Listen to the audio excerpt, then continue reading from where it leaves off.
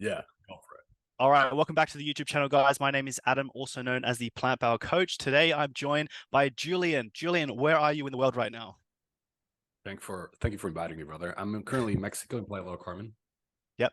Well, I want to say first of all, I truly appreciate your time today. I know I've got a bunch of questions lined up. The questions mostly revolve around what I think a lot of your fans and a lot of your community want to know more about you. So before we do that, can you just give us a bit of an intro to anyone who doesn't actually know you? Tell us a little bit about yourself. Well, my name is Julian. I've been in fitness for my whole life, and in December 2019, I decided to stop eating animal products. So it's been a couple years, and I decide after that I decided to transition into fitness coaching for vegans. I saw a need and an opportunity there, and since I was going vegan, I was like, well, this makes sense. And since then, I've been doing that, and I've had a lot of fun along the way. And yeah, man, that's the short story, the short answer. That's exactly why I wanted you on this channel. I don't necessarily want to invite people who are vegan or necessarily not into fitness or not into fitness. You obviously tie in very well because you're in the fitness community and as well you're in the vegan community. So I want to discuss the specifics of those two things. Tell us a little bit about how you became vegan, like how long you've been vegan. What were your biggest influences? What made you want to stop eating animal products? Well, I'm an animal lover. Always been an animal lover since I'm a kid. I used to I wanted to be a veterinary at some point in my life. That didn't pan out, obviously.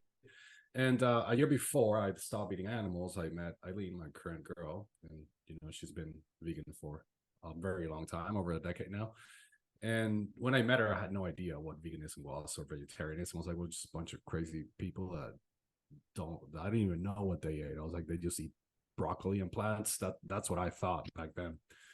And then it's a little by little she started telling me about it, and she told me to try it. I was very against it for the first 8 9 months, but like little by little I started seeing, because I was like, well, I love animals. I'm donating money every month to like sea shepherds and organizations that are trying to sell the rhinos and the elephants.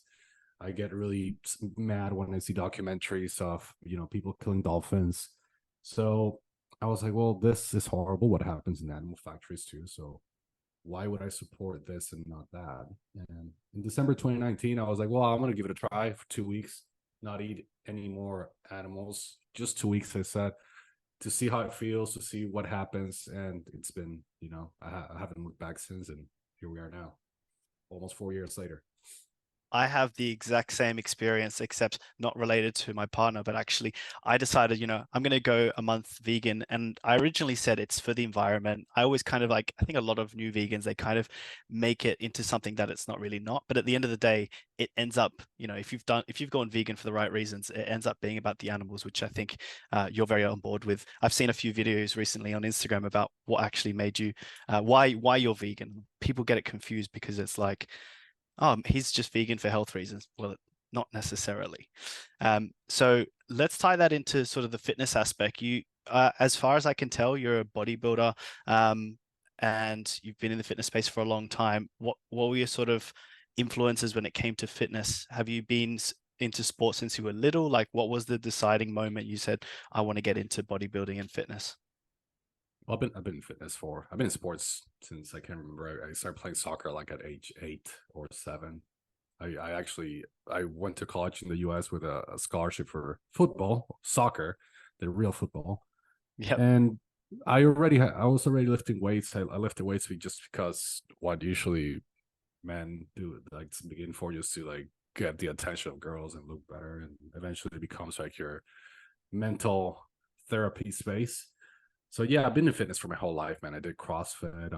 I did CrossFit for like 5 years. I was really good at CrossFit. I had a CrossFit gym back in my early 20s, and then I got really hurt doing CrossFit, and I decided to do something less impactful on the body, and that's when I transitioned to doing bodybuilding, just because it's a lot easier on your body. So I've been doing bodybuilding for about, I'd say, 5 to 6 years properly, but I've been lifting for over a Yep. decade. So I've got kind of like a few questions in here. What does your training and eating look like right like does like the training and eating that you have right now, is it the same year round? Is it only related to bodybuilding? I know I mentioned before I do some powerlifting, so you got some powerlifting moves in there too. And the same sort of question with nutrition. Do you have your macros? Are they staying the same year round? What does that look like for you? So it changes depending on the phase and depending on the goals that I have. Right now, I decided to include a little bit more cardiovascular activity in my with my bodybuilding training, just because I enjoy it and I like being fit, not just like a guy that has muscles that cannot do anything. So obviously, if I include running and cardio, the volume of bodybuilding of lifting needs to be lowered a little bit. So it changes depending on what I'm working towards. If I'm doing purely bodybuilding, it will be more high volume, less cardio. And same with your nutrition, depending on what you're working towards. If you're like in a massing phase, muscle building phase, and you got to be in a caloric surplus, eating more calories than the ones you burn, so that you can accrue tissue. If you're in a maintenance phase, you're equating calories to what you burn every day. And if you want to lose body fat, then you put yourself in a caloric deficit. Right now, I'm in a slight calorie deficit because I want to run in December a race, so I want to drop a little bit of weight. That's still pending if I'm going to do it or not, but that's the goal. Considering running and bodybuilding are quite very different sports, I know I've been following you a lot on social media. A lot of the stuff that you post about is related to bodybuilding. And then when Yeah. I saw the video about running, very much love that. I love the fact that we can incorporate variety into our workouts. What made you get into running as opposed to something else like bouldering or you know? Yeah, a couple reasons. My last show, I did a show last year, and it was a very hard diet, a very difficult diet, and I end up not really enjoying it that much at the end. Like it was very low calories. I hurt myself. I sprained my ankle walking down the stairs. So at the end, it was like a very very harsh prep. Then the show was poorly organized. So it was like a complete shit show. And after that, I kind of like felt a little bit burnt out with bodybuilding. So in my last after the show, what every bodybuilder does, it's like, well, not time to gain tissue to be better next year.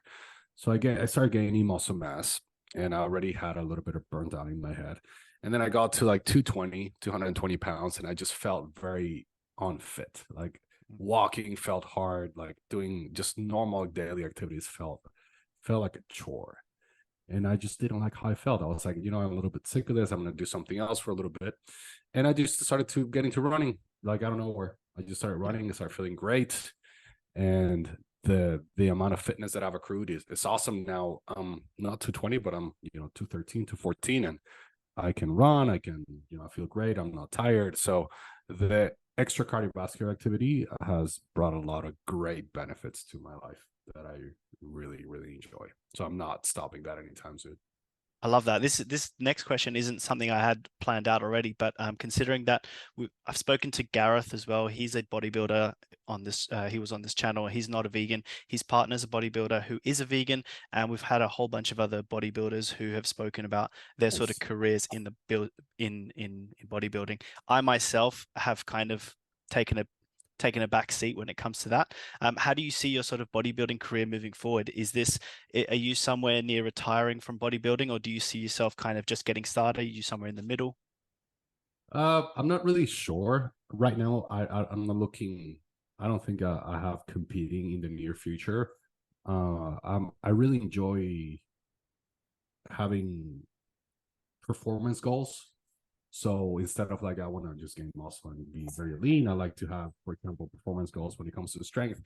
Maybe one of the goals that I had in mind was like I wanted to lift 500 pounds times 10 and be able to run half a marathon. I think those are very difficult things to do on their own. So that's something that I'm working towards, and just more goals like that. I think I enjoy that a lot more than just let's just get lean for a show that's going to be 10 minutes long.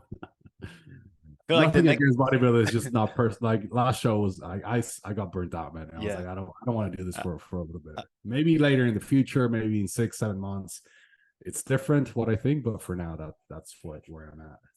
I know the feeling, man. My last show before I left, I was just kind of like, this is it for me. I'm done with it. Yeah. um, So a similar question, I guess, on the last one before. Slight disclaimer to anyone who's kind of watching through as well. When I'm asking Julian or anyone on the channel about their sort of macros and their lifestyle and their training, and I'm sure you can contest for this, Julian, it's not necessarily going to work for them. I think I'm asking you No. these questions because people are genuinely curious. It's good to know these sorts of things.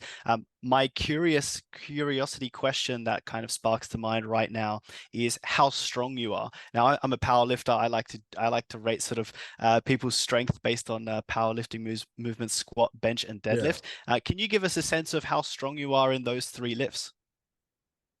Well, right now my numbers are not great because I just haven't been training for strength. So I'll be like, oh, this is not fair. You asking me right now. I can tell you like what I've done.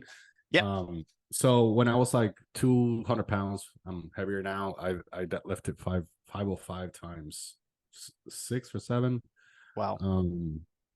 When I was 190, I haven't really tested the squat in a very long time, but I think it was like 4 years ago. I squatted 405 times 10, and I'm pretty sure I can smash that out of the gate right now. Same with the deadlift because I got more muscle mass. And my weakest movement right now is the bench. I'm recovering from a shoulder injury that hasn't allowed me to bench horizontally. I can only do decline right now. But my best bench, I think it was like 335 times 1. My next question is in relation to your sort of lifestyle. I know you mentioned your partner is a huge influence on you, and it sounds like your partner and her sister. It seems like you got lots of family around there as well. So from a lifestyle point of view, I'm talking about people who are not necessarily into veganism, into fitness. How do those people feel about your lifestyle? Honestly, man, like I think since I'm very like determined when I do something, people tend to not really question it because I'm like, hey, I don't even tell them I'm going to do this. I just do it. Mhm. So obviously, my friends from high school were kind of giving me shit about it because I was a meat eater. They're meat eaters too. But aside from that, just no one really cared that much, honestly. Like Yep. they didn't And tell me anything because I know I'm going to be like, I don't give a fuck what you're saying, so I don't care, whatever. I like that. I guess that's kind of why I asked that question because it's important to see not sort of like what sort of responses you're getting from the people around you, but also how you respond to their responses as well. So I kind of like the next question is kind of reversed. So do you have any non-vegan friends or family in your life? And if so, how do you feel about them not being vegan? I think it's a personal journey at the end of the day. So whatever they decide, I kind of judge. I don't like judging people because even as a vegan, you're still causing some sort of harm in the planet. You're still killing animals. Obviously, that number is greatly reduced. So I don't like judging people. I give them information. I'll let them decide. But if they decide not to, you know, stop eating animals, that's their call at the end of the day. And the reason I don't judge them is because I also ate animals until 4 years ago. So who am I to judge someone else? I like to put Yep. the information out there, but show them what's possible and let everyone decide what they want to do. And I don't. I think for me that's the best approach because I used to freaking hate when people preached at me back in the day. I rather show what's happening, based on your morals and values, you can decide what to do. Yep, absolutely. I really like that, and especially like we spoke about with another interviewee, and that when you don't have someone very close to you like a partner who is not vegan, it's hardly the solution to break up with this person for that reason. In fact, I think you can probably make more of an influence if you keep your non-vegan friends. I know I can definitely can contest for that as well.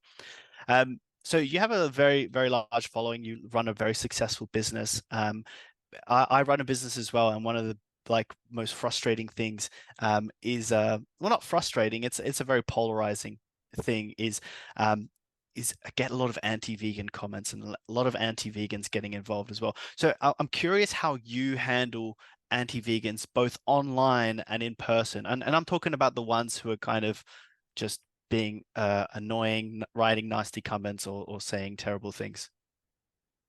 Just ignore them online. Yep. Honestly, like for me, it's energy investment, right? Where am I putting my energy? If I'm putting my energy towards, and I mean, I can say all the time because sometimes I do get into it a little bit, but I try not to. don't think it's good. Like at the end of the day, to start to just put your energy into that and get that energy back. So online, I just try to ignore it. And in real life, that really happens, honestly, man. Mhm. Like I really have a god. I think I've never had that situation. It's mostly what I usually run into is people asking me how, like how do you do it? How do you look like this? How do you get a protein? So I don't think the haters online will act like that in real life. I think Mm. they will. Almost everyone will have a conversation because they see like, hey, this is a normal guy that can have a conversation. We don't need to be insulting to each other. I love that. And I think it's so, so true. It's always like the keyboard warriors. I can probably say the same thing. I don't think I've ever had anything in person was just like the same as I would get online. So very, very good to hear that from you as well. I'm curious also, you have mentioned a little bit about this already when you said that you were investing some of your money into sanctuaries. You run a very successful business, which I'm assuming has helped a lot of people transition and go vegan. It sounds like that is a lot of that has to do with your form of activism, being a coach, helping people go vegan, giving some of your earnings into sanctuaries and stuff. Would you say those two things are your primary form of activism, or is there anything more that you do that you can expand and share with us? Yeah, I think activists, the way that I like to do activism is one by just looking and feeling my best and showing that to the world. And same with my girl. I think that's because when people be like, oh, you can build muscle mass, you can be lean, you can be healthy without animals, it also helps out other people that are maybe not vegan. They have it in the back of their head, they don't know if that's possible. At least consider it, right? I think that's a way to do activism. And yeah, donating money to animal sanctuaries, rescuing animals, and just talking about your beliefs and values online. I think that those are the ways that I like to do it. Yep, absolutely. I've got one final question for you. And again, it's a little bit of a long question, but I'll make sure I get through this okay. So if you could go back and talk to your younger self, or potentially someone who just reminds you of you, what would you say to them based on everything we've discussed today, or from what you know now? That's a very, I would say a lot of things, Yeah. depending on what I want the person to accomplish. I'll be like, hey man, buy all the Bitcoin you can. It's That's a good point. 2012. Grab all the That's fucking money you have and buy Bitcoin. that's a good point. Let's go contextually. So someone who reminds you of you, who's looking at Julian, looking at your profile, sends you a message saying, "Hey, dude, I'm a teenager. Let's go with teenager. I'm looking to get into fitness, and I'm learning a lot about veganism. What are your suggestions?" Well, yeah, get a routine, get a book. If you have the financial resources, get a coach. I think having a coach, for me, coaches have been the most influential things that I have in my life, and people that had that created the biggest changes of trajectory. So I highly believe in coaching. I invest in coaching myself. I have a fitness coach, I have a business coach, I have a lot of coaches. So I think getting coaches would be one of the main things that I would recommend. A young person that wants to either do fitness or either do anything. If you want to, whatever you want to do, find someone that's done it and find a way to work with that person. It's the easiest way to accomplish things in life, in my opinion. I love that. That's a very good answer. I know it was my last question, but for anyone who's watching right now, where can people find you? You personally, your business. How can people get in touch with you? I will put it in the description, but if you can let us know. Just Instagram is the easiest way. Julian Hierro, Yep. HIERO. That's the first and last name. And yeah, you can DM me there. We're responsive. Perfect. All right. Thank you so much, Julian. I'm going to stop the recording there, and I hope to see you in a future video as well, man. Sounds good, brother. Thanks for your time.